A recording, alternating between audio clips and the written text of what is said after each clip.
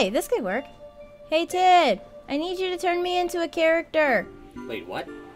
Yes, I need a costume for this one. How about Tifa? Ha, very funny. As much as I love Tifa, can you actually turn me into Aerith, please? Alright, hold on. That's gonna hook up the program and done. Thank you. Welcome. Hey everybody, Sammy here. I just wanted to do a little bit of a one-shot because the boys were busy and I decided to take over for a little while. Hee. So, as you can tell by my clothes, we will be talking about Final Fantasy VII Advent Children. Yeah, I know this technically isn't an anime. However, it happens to be the 20th anniversary of Final Fantasy VII, so heck, why not, right? Now, I'm going to clue a few people in without giving too many spoilers, and I'm sorry for those who don't know, my poor character is no longer living in the series. Spoilers. But unfortunately, you have to understand that specific little detail, you know, before we can go any further. Final Fantasy VII has a lot of games and a lot of media. And when I say a lot, I mean a lot. There's Final Fantasy Crisis Core, which basically follows the story of Zack Fair. Oh god, Crisis Core makes you want to cry, I promise. A soldier second class under the tutelage of Angeal Healy. I love Angeal so much. The game basically runs through Zack's life in Shinra and ends with the beginning of Final Fantasy VII, which, I will add, is probably the saddest and most traumatic thing you will go to, because if you actually get to the end of the game, you will fucking cry. When we get to Final Fantasy VII itself, we're actually following the adventures of Cloud Strife and his efforts in Avalanche. We run into a boatload of characters whom actually show up in Advent Children, because, hey, you ought to bring the old crew back, right?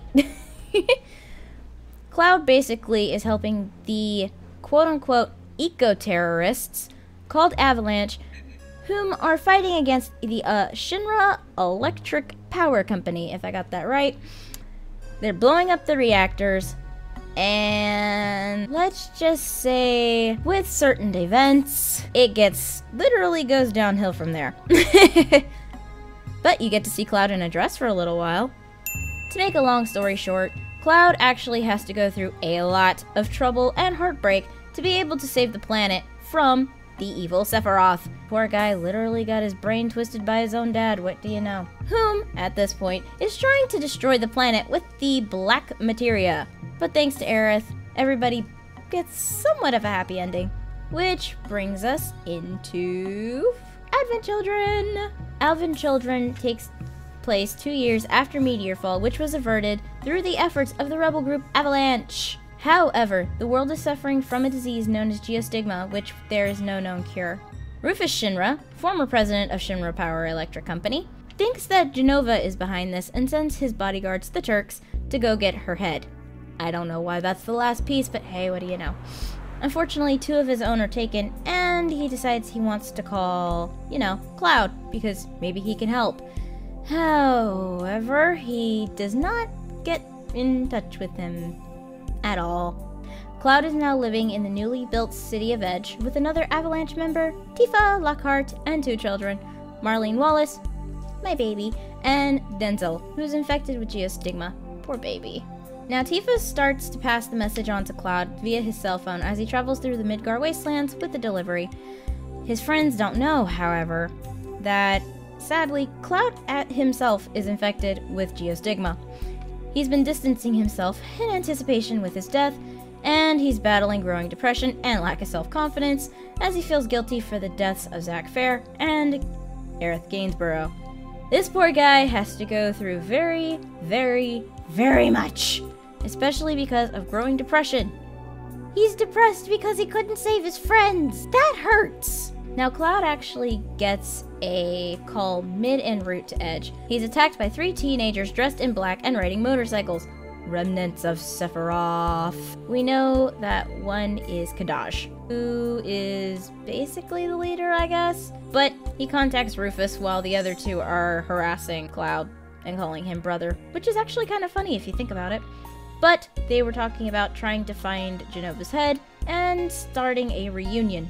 Cloud actually responds to Rufus's call and heads to Healing Lodge, but Rufus's attempts are met with a rather cold shoulder.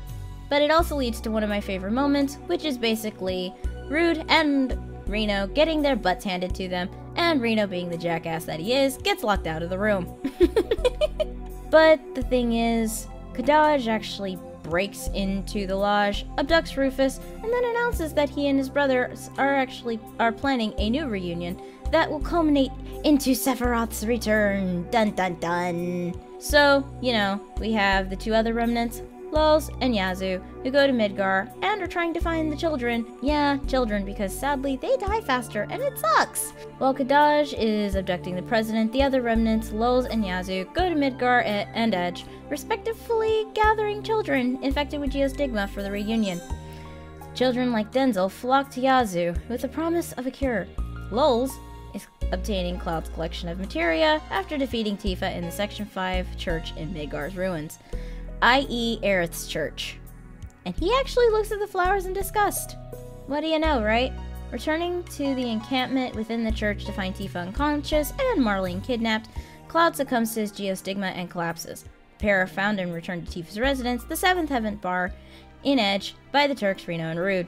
While the Turks inform the two of the remnants' plans and Tifa confronts Cloud over his self-depreciating attitude, can ya blame him? The remnants infect the waters of the Forgotten City, where Aerith is buried, with a negative life stream, then have the children drink the black water, making them fall under their sway of influence.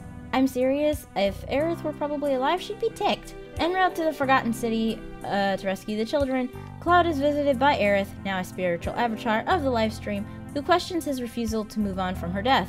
Well, Cloud's attempt to rescue the children fails, and he ends up rescuing himself. He ends up being rescued himself by Vincent Valentine, who's been spying on the Revenants since their arrival in the Forgotten City. The two have a brief recap, during which Marlene flees the Remnants, and Vincent reveals Sung and Elena. The Turks who had been captured by the Remnants in the Northern Cave have survived. Thank God, because I actually like those two. Cloud asks Vincent how he's moved on from his perceived failures, and Vincent says that he didn't, and that he never tried to. Cloud declares that he will attempt to move on from the past, which is actually good, because, you know, dilly-dally shilly-shally. Deducing that Shinra has hidden their mother under the Meteor Fall monument, at the center of Edge, Lulz and Yazoo have the infected children form a barricade around the monument and attempt to destroy it. However, they are interrupted by Rude and Reno, but Kadaj summons Bahamut Sin, which is way too freaking big for my taste, to destroy the structure as his brother battles the Turks. The summon destroys the monuments and finds nothing! What did you expect, you dumb butt? And then begins to run amok. The other members of Avalanche arrive to assist Tifa and later Cloud in fighting the dragon. The other members being Sid, Kate Sith, Red 13, Barrett, and Yuffie, and Vincent. And Aerith, actually. After the dragon's defeat, Rufus reveals to Kadaj that he's been in possession of Genova's head all along, and tosses the box containing it over the edge of the building and shoots it! While Kadaj recovers the box, Cloud catches sight of him and pursues him through the streets. The race moves into Midgar Highway, stretching between Edge and Midgar into a tunnel, where Cloud, with assistance of Rude and Reno, deals with Kadaj. Now, Kadaj seeks refuge within the church, but is discovered and driven away both by Cloud and a eruption of the life stream infused water from the church's flower bed, summoned by Aerith to counter the effects of geostigma. Now healed of his ailments, Cloud pursues Kadaj to the remains of Shinra headquarters at the center of the destroyed city, where, supported by his friends from Avalanche, Cloud defeats the Remnant in combat. Kadaj absorbs Genova's head and completes the reunion. Basically, his body becomes a vessel and resurrects Sephiroth into a physical being. Sephiroth comes back, Cloud fights him, Cloud kicks his pretty boy little ass, and basically, Aerith has saved the world again. To make a long story short, Sephiroth wanted to actually control the planet, create a freaking planet-like ship, I don't know, to start anew with the plan of taking it over. And basically, Aerith heals everybody from geostigma with her healing rain. This story, I really like it, But at the same time, all I know is that at the end of this movie, I actually sort of teared up. Because Cloud actually says goodbye to Zack and Aerith. Like, literally, they are standing at the door of the church and they both wave. It hurts! Here are a few of my favorite characters. I love Aerith, I do. I loved her in 7, and I loved her in this. There is a reason for that. Aerith is a strong character. She's very motherly, and it shows in this as well. The only problem is, unless you've played Final Fantasy VII, you're not gonna understand that, you know, she's actually a very strong character, and it's, well, actually, it does show here. You know how? Because she's constantly pushing Cloud to move on. If she wasn't a strong character, she would be trying to force him to remember, would basically be feared of being forgotten. Which, to be honest, I doubt that she would be. All of the members of Avalanche have some sort of symbol for her. I mean, nobody noticed the pink ribbons on their arms? That's all because of Aerith. Now, Reno and Rude are my favorite little duo, because, heck, the same guy who does Reno is the same guy who does Axel. Now, that's not the reason why I love these two. These two are a funny, quirky comedy duo. With something that's going on as heavy as this, you have to have something to lighten it up. Reno and Rude actually bring a lot of comedy to a rather dark movie if you think about it. Tifa is the voice of reason, and the mother figure to Denzel and Marlene at the moment. After all, if you think about it, Denzel has no family. There's actually an animation explaining Denzel's whole past, and you realize that he's alone.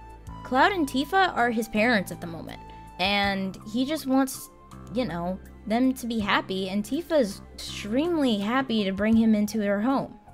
I mean, think about it. I love this woman. Anyway, I love Marlene because she actually displays different character traits of both Tifa and Aerith. It's kind of funny if you think about it. She also wears a little pink ribbon in her hair, mimicking Aerith's hairstyle since she knew her when she was 4 years old, and used to call her Flower Girl. It was kind of cute. Marlene's actually 6 in this movie, and for a 6-year-old, the fact that she stood up lulz. What 6-year-old do you know would actually throw a materia at somebody who managed to beat one of the strongest people she knew, and yet stand defiantly? Marlene is a strong character, especially when she's actually talking to Cloud, too. She reminds him that, hey, he has a family to look after. That is an extraordinary 6-year-old. Now, Kate Sith also adds a little bit of comedy to this. The only reason I say that is the little cat that we all know and love decides that he's going to ride, instead of his Moogle, Red 13, and then start bonking him on the head when he starts talking. I thought Red was going to throw him off whenever he decided that this was going to happen. Now, I'm gonna actually discuss a few moments in the movie that made me happy and sad. It was nice to actually see a moment between Cloud and Aerith. It was needed. The guy is literally blaming himself for her death like he could stop it. Unfortunately, there was not a lot he could have done, especially because she ran off by herself, 1, and 2, Sephiroth was going to kill his only opposition. If anything, he really shouldn't blame himself for her death. He shouldn't be blaming himself for Zack's death either. He literally had Mako poisoning. How could he have done anything? Shinra was out for his head. Crisis core. Alright. But the little moment where they're standing in a white field of flowers and Aerith is literally talking, it's nice. Because you actually see her telling him to move on. I mean, death is inevitable. It sucks, but having somebody say they need forgiveness, and then having another say from whom? I get the feeling Aerith is saying he needs to forgive himself, not her forgiving him. If that makes sense. Now, the Sephiroth fight, it was quick, it was nice. You get to see Omnislash. Sephiroth is nice to have back, but I'm kind of glad to see him, like, disappear a little bit. Now, I get the fact that he's in Kingdom Hearts, but we're not touching that. We see actually a lot of development from the game as well. Marlene turns into a strong character just from taking little hints and tidbits from Aerith and Tifa, and her dad if you think about it, and she turns into somebody who's actually trying to motivate others and trying to keep a family together. Cloud deteriorates a little bit, but at the same time, he's starting to grow. 2 years to mourn makes sense, especially because both of those deaths were back to back. He couldn't do anything for Zack, and he probably felt just as helpless whenever it came to Aerith. After all, he almost had to kill her because of the control that was over him. But you do get to see him actually coming to terms with what happened, realizing that he needs to move on, and then, you know, accepting the fact that they'll still be there, just in a different form if you think about it. Tifa also kind of turns into a little bit of a whiner when it comes down to certain things. However, before people decide to get their pitchforks, she's Cloud's voice of reason when he needs it. It's a home base. She never really questions why he's running away, but he keeps his cell phone and she calls it. It's something that is kind of nice if you think about it. He has something that communicates with her, and he actually listens to her voicemails. So it's not like he hasn't completely deserted her. Oh, going back to moments real fast. Another one of the moments that actually made me really smile, I guess, is when Cloud's cell phone actually gets knocked into the water. As you see it floating, you're hearing so many of the old characters' voices coming and telling him that, you know, they heard they needed help, they actually are going to help him, that kind of stuff. And then at the very end, you hear Aerith's voice telling him she never blamed him. It's such a nice moment. But what kind of made me sad was the fact that the cell phone landed on her corpse. My overall opinion of Advent Children, I loved it. I watched the original cut and then I watched the complete cut.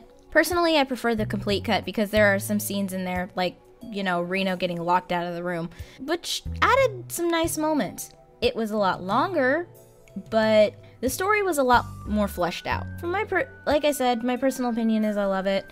I would give it a recommendation if you're into Final Fantasy, but I would suggest at least watching a playthrough of the game first so that you know what's going on, or at least read the background behind the story. Because, as I said, I watched this first, played the game second, was completely lost until a lot was explained in the game. So I would probably do that first. Anyway, I shall catch you lovelies later. Bye-bye!